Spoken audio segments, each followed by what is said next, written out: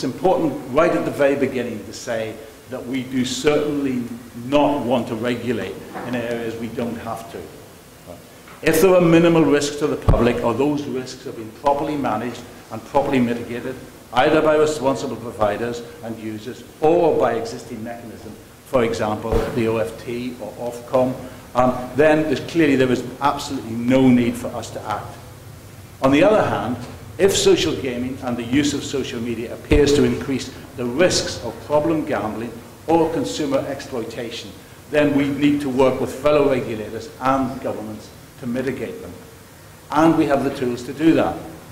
Now, as the gambling regulator in Great Britain, we are not interested in social games which grow virtual crops, or indeed even becoming lords of the universe, despite what people think about regulators. But we are interested in a particular subset of social games that in common sense terms have gambling characteristics. We're interested because it might pose the same sort of risks that has caused governments worldwide to regulate traditional gambling. Plus, of course, some different ones which result from the changing patterns of leisure activities and the 24/7 access to online and social media. So, the areas that must concern us, and indeed I think must concern other regulators, are firstly, the risk of young people or other vulnerable people developing problem gambling characteristics, spending excessive amounts of time or money which results in harm to themselves and their families.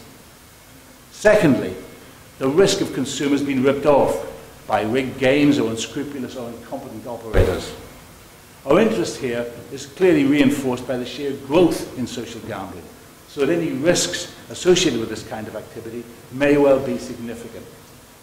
Unlike commercial gambling operators, there are no requirements on social gambling operators for games to be tested, for players to be told the RTP or the odds, or for games to be random.